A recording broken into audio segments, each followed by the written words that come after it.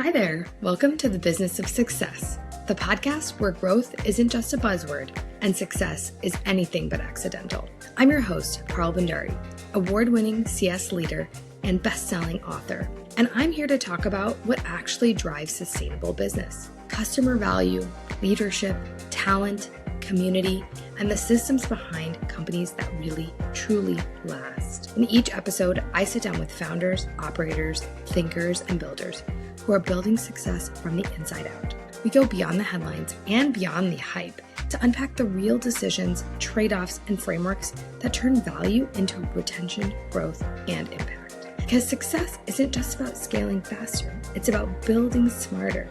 And if you're ready for honest conversations, practical insights, and a bit of a more human way to grow your business, you're in the right place. Let's get into it. Hello, everyone, and welcome back to the Business of Success. I'm so excited to have this conversation today with someone that I haven't known very long, but that I've come to admire in my world and my space of customer success and customer experience, but also somebody who has kind of made some waves with having us think about how we address and approach leadership conversations to maximize value, to really drive the best conversations. So welcome today, Andrea Bumstead. Andrea is the CEO and founder of CS Impact.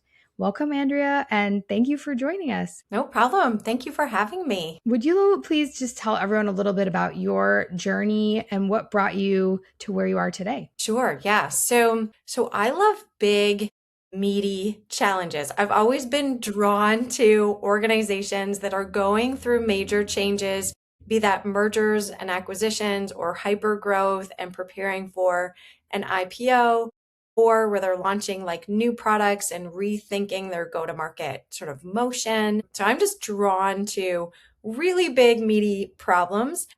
I was a two-time vice president of customer success before going out on my own and founding CS Impact. Now I work with actually many organizations to solve their toughest challenges when it comes to customers and specifically driving revenue out of their customer base in the form of either retention, so retaining their customers, or expansions and growing their book of business. I love how you explain that. I feel like every time somebody asks me, what do I do? I kind of fumble around and you explained it so well. So thank you for making the work of CS so clear and consistent. Now, you obviously have been a leader. You have been in the position of somebody receiving information, and I'm sure you had many vendors working with you. And most recently, you kind of became infamous for a LinkedIn post, or I should say a tool that you developed. And this tool, as you call it, is a 15-minute QBR. Because our listeners may not know what a QBR is, could you please enlighten us on what is this tool that you developed? What is this QBR exactly? And why was it so important? Why did you feel like this had to be created and developed? Sure. Yeah. So first of all, QBR stands for Quarterly Business Review. This is a SaaS or software as a service term. And it's common practice for post-sales organizations to run these quarterly business reviews. They're basically the highest sort of level executive meeting that you would have where you align on that company's business objectives for using your product or solution. You're creating a roadmap going forward of like the things that you're working on together, and more importantly, how they get maximum value from your offerings. So that's what a QBR is. However, whether you're in software or you're in banking or manufacturing or whatever industry you're in, at some point, you are likely talking to executives who are using your product, solution, your services, and having this kind of alignment meeting. So we call it a QBR, a quarterly business review in SaaS. However, this is a meeting that would happen in any industry who is selling either a product or a service. So now I'm going to say this is making me feel a little embarrassed, but I really loved these like 1 and 2 hour QBR meetings that I would have with my customers. And I'll be honest, they weren't QBRs. I never really got into the quarterly rhythm, but probably a biannual. But I think I just loved the opportunity to have time, dig into goals and chat with customers. When I heard about your 15-minute QBR, I really thought, wow, this is something important because yes, while many of us love that long meeting and wanted that time to dig in. You are taxing your customer and your leaders. And we hear it a lot in customer success that, hey, my customer's not wanting to show up or they don't want to book that QBR meeting. And it does start to make you wonder, right? Am I asking too much of that leader's time, and how can I communicate this? So I guess I can imagine the roots of the 15-minute QBR. Can you walk us like through the 15-minute QBR, but also what makes this unique as compared to that 1 to 2 hour meeting? Sure. And you might be the exception that loves the meeting, the 1 to 2 hour meeting. I mean, let's just say if the executives show up and you have a very fruitful conversation, there's lots to love about it. However, in my experience, one, it's really hard to get executives to show up. They have a lot of different vendors, right? They have competing priorities on their time. So number one, it's really hard to get people to show up. And then number two, in my experience, the amount of effort and work that goes into planning that meeting is a lot. It's like 3 times as much as the length of the meeting, right? And I can think of times when my own team spent upwards of 5 to 10 hours to prepare for QBR. With my enterprise level, like billion-dollar clients that I work with, these are typically done in person, right? And they might be an entire morning or an entire afternoon. So let me back up and just say, well, maybe it would be helpful if I tell you how this whole 15-minute QBR got started, because typically these meetings are long, and the way that I've run them has been long too, and they've required a lot of prep time. So let me just back up. Let me just say that when I was a vice president of customer success, I used a lot of vendors. We used a lot of tools on my team. And those vendors would want an executive level meeting with me to talk about my priorities. They would call it a QBR. And I always declined the meeting. And I declined the meeting because one, I didn't have time. And two, it didn't feel high value, meaning I did not want to sit through a meeting where they talked about the vision of their company, where they are going, their product roadmap, right? I don't really care about all that stuff. I cared about me and my problems, right? As selfish as that sounds, like I was just like, no, this is my day. These are my top priorities. Everything has to revolve around these top priorities. And so I would always decline these meetings. And then in true sort of hypocrite fashion, I would then ask my team in post sales, customer success, how many of these meetings they were having. And they needed to have a certain number of these meetings. Okay. It was one of their targets. And so that was number one, that I was feeling, very much like a hypocrite in this as a leader of post sales. But how the 15-minute QBR came up specifically is a customer success manager who was running QBR said, I can't get executives to show up to this meeting. What is your advice? And I sort of paused and I thought, well, I've been there because I declined them all. But I paused and I said, why don't you have the meeting in 15 minutes? And she sort of looked at me like, you're crazy. And I said, okay, hear me out. Said every executive has 15 minutes. In fact, by asking for a 15-minute meeting, it is one of the easiest ways to get time with an executive.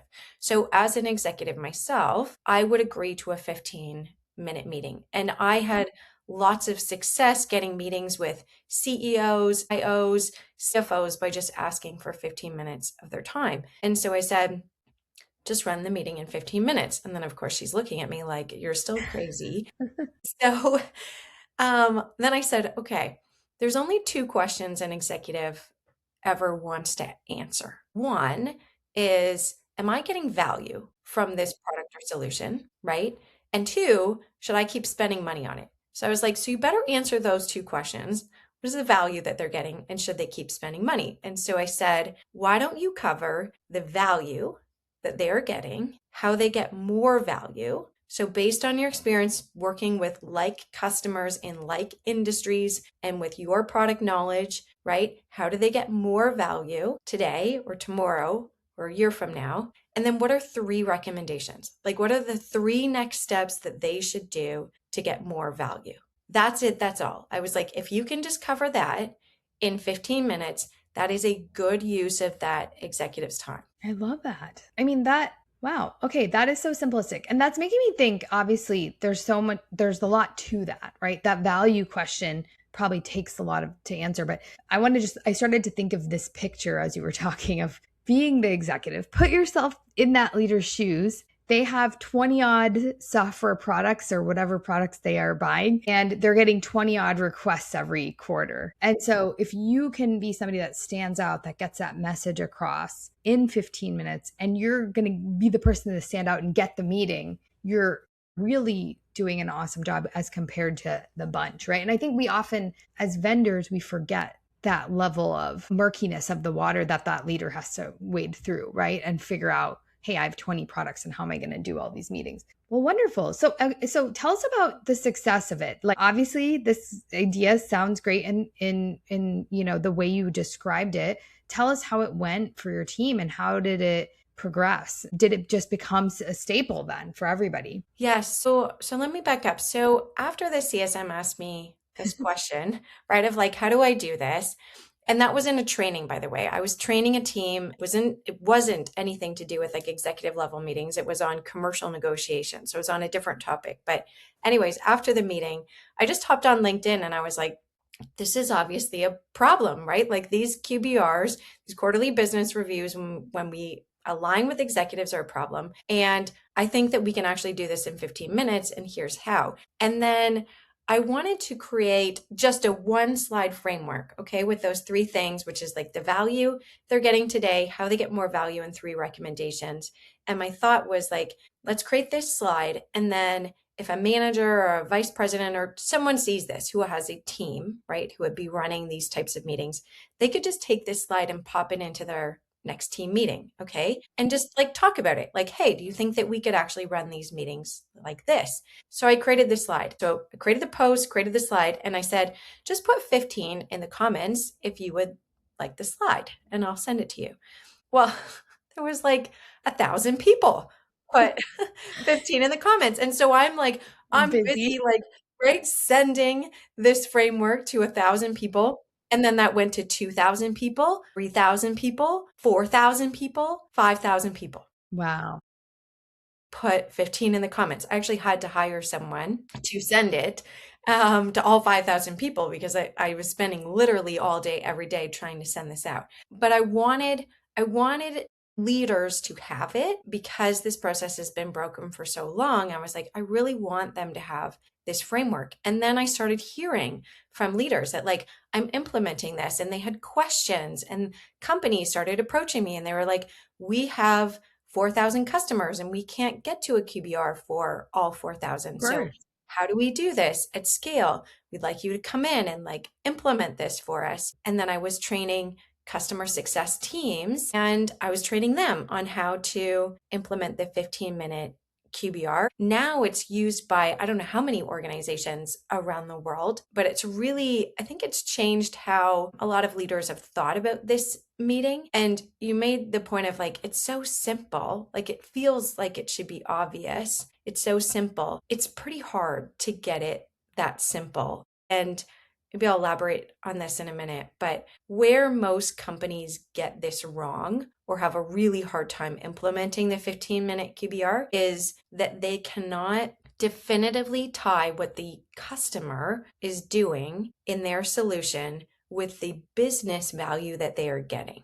And so when they have a really hard time connecting those two things, then QBRs, or whatever format this meeting comes in, whatever you want to call it, it ends up talking about their usage, open support tickets, our product roadmap, because the company cannot definitively say that like, if you are doing these things, right, and based on what we know about your business, you're getting this value. Yeah. And okay, so you made me think about this, right? It is difficult to distill down so much information, right? We live in this world and we're getting more and more data rich every day. It is hard to distill down what is that core information. But as you were talking, I also started to think a lot of teams are not only being asked by a vendor to go in, can I present my, the quarterly results to you? But a lot of leaders will go back to their teams and also ask, what is the result of using this tool, right? So if you can land on this value prop, you're not only empowering yourself and your team, but you're also empowering those champions in your customer team or the folks that have to want to keep your product and that have to actually go to leadership and vouch for it. But you're validating that value, right? And I think this is what, and maybe you and I, we haven't talked about this much, but in customer success, I think one of the longstanding ethos is deliver on the value that you promise, or deliver on the value that the customer expects, right? Oftentimes we think we're delivering value, but we don't actually know what value looks like on their side. And I talk about this example a lot, that I had a customer who churned, who was doing amazing. Like, they were reducing their costs enormously using our product. We had data to track it. And when we went and talked to them about it, they churned and they said, we're not tracking that metric. Now, they probably should have been, because they were saving a bunch of money and it was good. But it was a moment for us to sit and say, my gosh, right? We missed the mark on what true value is. So the first step in doing this, I'm assuming, right, is to go and understand what value is for that customer, right? And don't make assumptions about it and don't guess. So did you have a practice before that your team had already been doing that? Or did you have to implement any of those practices? Yeah. So when I train teams on the 15-minute QBR, so before we get to the 15-minute QBR, okay, I train them on first having a consultative approach with their customers, and then a number of other sort of topics. But then the other really big one that I train them on is success plans. So it's like, okay, to your point, how do you know what value means to your customer if you don't ask them, right? And how are you going to measure it? Like, that's a conversation that you want to have with the customer. What are your top level business objectives, right? What are the key benefits of implementing our solution or service, right? Who would do what when, right? And what are the milestones? So who owns what in getting that value? And then how are we going to measure it? How would we actually know that you have received value from this product? And we often think that we know what that is, but to your point, unless you actually have a conversation with the customer, and unless it's documented somewhere, it's assumed value. And that's where it gets dangerous, is when you assume that someone is getting the value, you assume that they're renewing, you assume that that business continues, but you don't actually know, right? And so I train teams to use success plans. I'm actually introducing something brand new, which is a value map in conjunction with a success plan. So if the success plan is more of your like execution, how do we get value?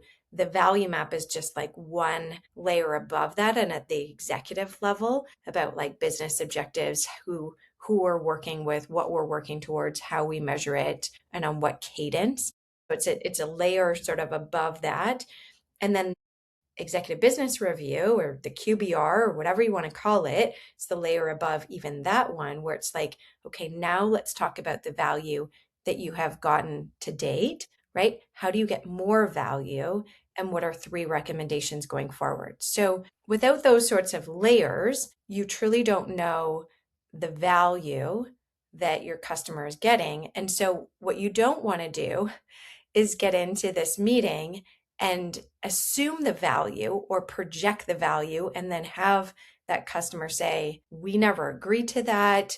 I don't know where you got those numbers from. That's nice that you think that that's the value we're getting. We didn't actually think about it that way.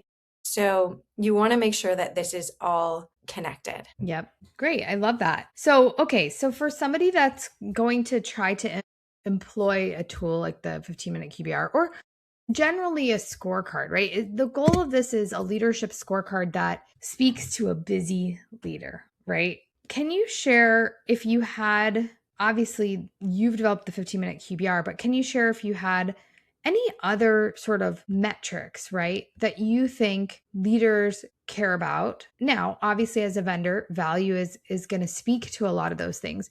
But are there any other metrics you considered, or that you would consider probably in a longer term meeting or a longer review, that should be measured also? So metrics are only meaningful if they actually mean something to the business, right? And so knowing what those metrics are, like understanding how your customer is evaluating your solution in terms of their business problems and how they would measure that, that's where it's all at. So I don't know if I could answer like, are there, general sort of metrics you should always hit on, or things you should always say.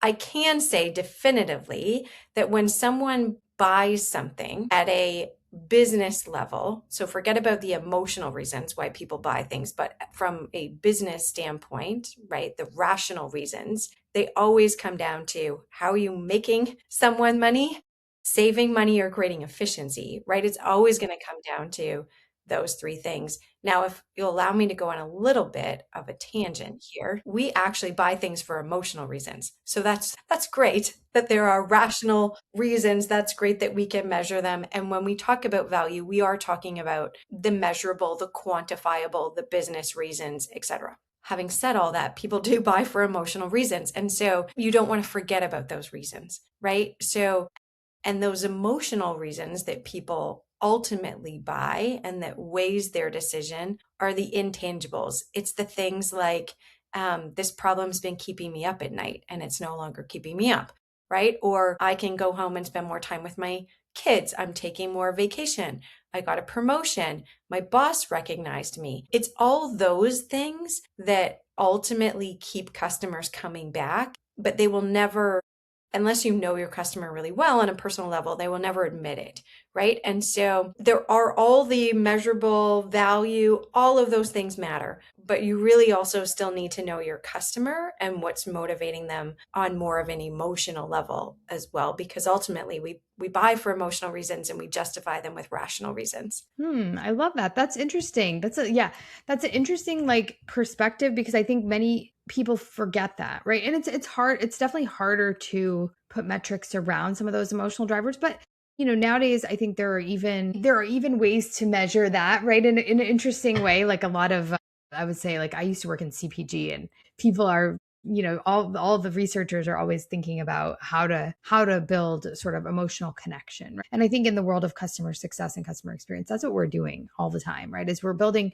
value based stories, but those stories are going to come from people that actually are using our products and that are tied to and care about the work that they're doing to actually achieve success, right? So yes, that's such a great and interesting take. Let's talk a little bit, let's shift gears a little bit, because obviously I know you work with different types of organizations and you work heavily with revenue teams, right? So obviously one tool in your toolkit is a 15-minute QBR. And it sounds like there are some other progressive sort of opportunities to train teams. What are you seeing as trends today with the CROs that you're talking to that are coming to you for support? I'm also curious, I'll be frank, AI is changing the value prop game too rapidly, right? Where the expectations are, I want things 10x faster, right? So I'm curious what you're seeing and how do teams sort of navigate those waters, right?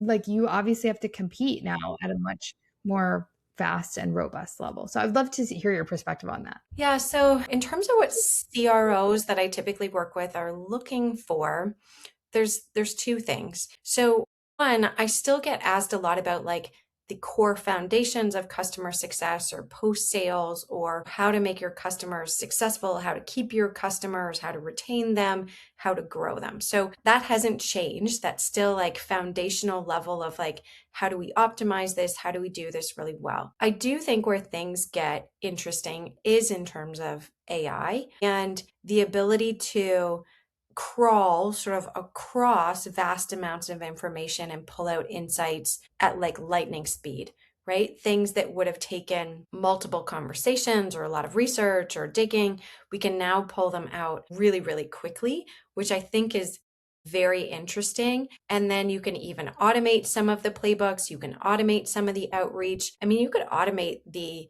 15-minute QBR. You could keep reminding your customer of the value they're getting, how they get more value, and making recommendations. So I think it gets really interesting when we layer on AI to start surfacing this information. Now, part of the work that I do because I am working with organizations to implement the 15-minute QBR, and I also work with them on their playbooks and their supporting sort of operations around that. One of the things that I'm looking at with the AI tools that we're using is validating, right?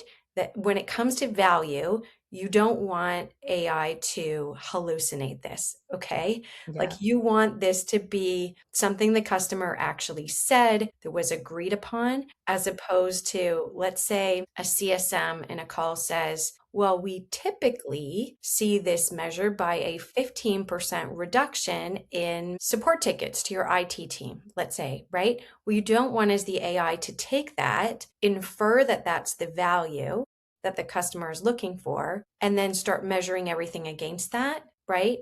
And then the customer says, wait a second, we never actually said that we wanted to decrease support tickets by 15%. You said that.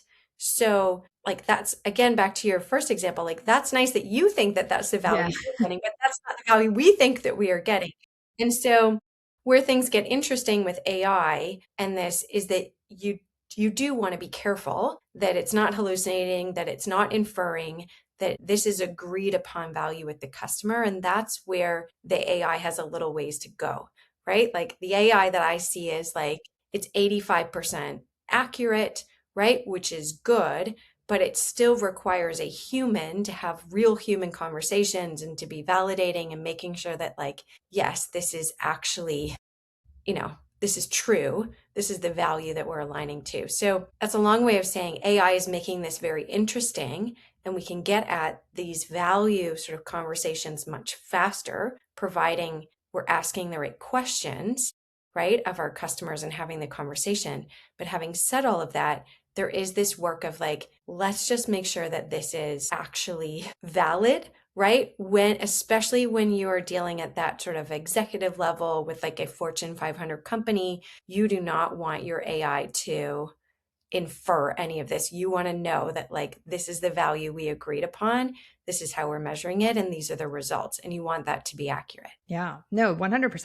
I think like you gave actually a different example than what I was thinking of, but that still is super important of making sure that what you're feeding into your AI systems is actually going to give you the accurate results if you are going to use it to actually collect or compile data. I was even thinking CROs, or is the expectation of value to be higher all of a sudden, right? And I think like this is almost like a question of, I feel like everywhere you turn, there's this expectation of very high productivity that's going to come out of every AI tool. And is there now a expectation that your value prop should go faster, So I don't know. I honestly have only heard it from very large organizations so far. I haven't heard it so much at the small organization level, but I have been hearing of, things like workforce reduction with the expectation that productivity is going to go up tenfold, right? And it's like, to me, I feel like that's the conversation in your QBR, right? I think you possibly have challenges because of the world around us with products. So that's where I was just kind of going with that. But I think your perspective was really interesting too, and actually very, Well, very important. Yeah. I mean, the expectations are going up, right? Like if you purchase a solution from a vendor and they don't have AI, your first question is, why don't you have AI? Right? And like, so I do think the expectations are definitely increasing, and the appetite for faster wins and faster time to value is increasing. So I would absolutely agree with that. At what pace and like, can organizations sort of rip and replace even faster than they could before? I think so, right? So I do think, there's the bar has been raised, right? And you do need to be able to prove value really quickly out of the gate. Otherwise, your customer could be looking at other solutions that can give them value faster, that have AI layers to them, right? Yeah. So all the more reason, going back to the sort of the ethos of this conversation, all the more reason to craft conversations that leaders are available to consume, that leaders actually consume, and that hit the mark that they need in the time that they have. Because as leaders are busy and the world is more competitive, things like the 15-minute QBR are just going to help to deliver the messages that need to be delivered where you're actually going to reach your audience, right? In the best way for your audience. So I love that, like sort of coming back to that. Any last thoughts for us today as you're thinking about, business drivers, business growth drivers that you're seeing in the industry or changes that you're seeing ahead? Last thoughts. Well, I could go a number of directions with this. Maybe I'll leave you with this one. Something I've been thinking about more and more is the growth and trajectory of leaders. through organizations. And sort of as you progress in leadership, there's this fundamental gap that I am noticing. And let me just be clear. First, I noticed it in myself, and then I now notice it in others, is that as you progress through leadership, there's a gap in financial sort of literacy, what we often call like being able to speak the language of the CFO. And these are things, it's a skill set that's not taught. So unless you came from a financial background, an accounting background, unless you took it upon yourself to learn these things, there's an expectation at the leadership level that you're fluent in this. And that's just not the case, right? A lot of leaders just learn this sort of by trial and fire. And I remember my first board meeting vividly, right? But so that's a gap that I definitely see, and one that I'm trying to fill myself, one that I see the market is trying to fill a little bit more in terms of courses and offerings. And that by having a better understanding of like financial literacy, how companies actually work, right? Being able to speak the language of the CFO can help a leader not only progress in their career because they need to have a fundamental understanding of their own business, but can also help you understand your customers and their businesses. And so this is an interesting sort of gap that I'm seeing in the market that leaders are now trying to fill. And I think that's a really great like sort of way to wrap this conversation, because what we've been talking a lot about is making sure that we maximize our leaders' time. And one wonderful opportunity is to understand and learn the language, right? Learn the language of your customer, learn the language of your leader, and then pursue conversations with them in the most effective manner, right? And hit them with what they really need and what's going to help advance that relationship. Take some of the fluff out, even though I still love the long, nice QBR conversation that, occasionally I got to have. I think the more conversations you have, the better off you are, right? And the more value you're able to confirm and validate. So thanks. Thank you so much, Andrea. I mean, I feel like this conversation was very, very insightful for me, and also made me feel like so many scorecards can be distilled down using this sort of framework that you've created. I think it's wonderful for customer teams, vendor teams, but also for internal teams, right? As you're starting to communicate the language of your own leadership, consider Andrea's tool. And now you know where to find it. We're going to be dropping her information in the show notes. Hope you have a great rest of your day, Andrea. Thank you for joining us on today's episode. And for everyone that's listening, hope to see you again soon on The Business of Success. Thank you so much for having me. Bye-bye. Bye. Thanks for listening to The Business of Success. If today's conversation sparked a new way of thinking about growth, value, talent, leadership, don't forget to follow along and share this episode with someone who is building something meaningful.